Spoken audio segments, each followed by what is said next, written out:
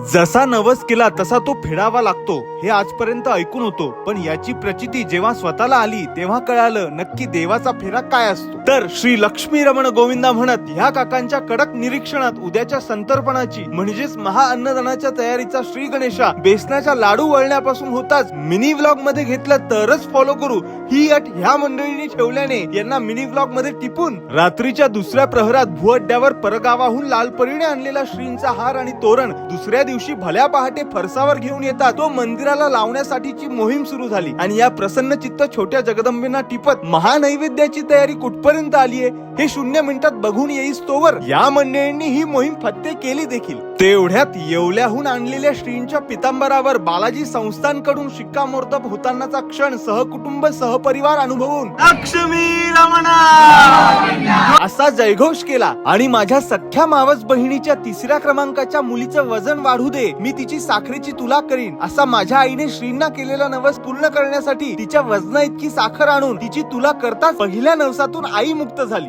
पण आईचा दुसरा कुठला नवस श्री लक्ष्मी रमणांनी पूर्ण केला म्हणून हे संतर्पण म्हणजेच महाअन्नदान करतोय ते पुढच्या मिनी व्लॉग मध्ये सांगतो। तोपर्यंत स्टे ट्यून, बाय।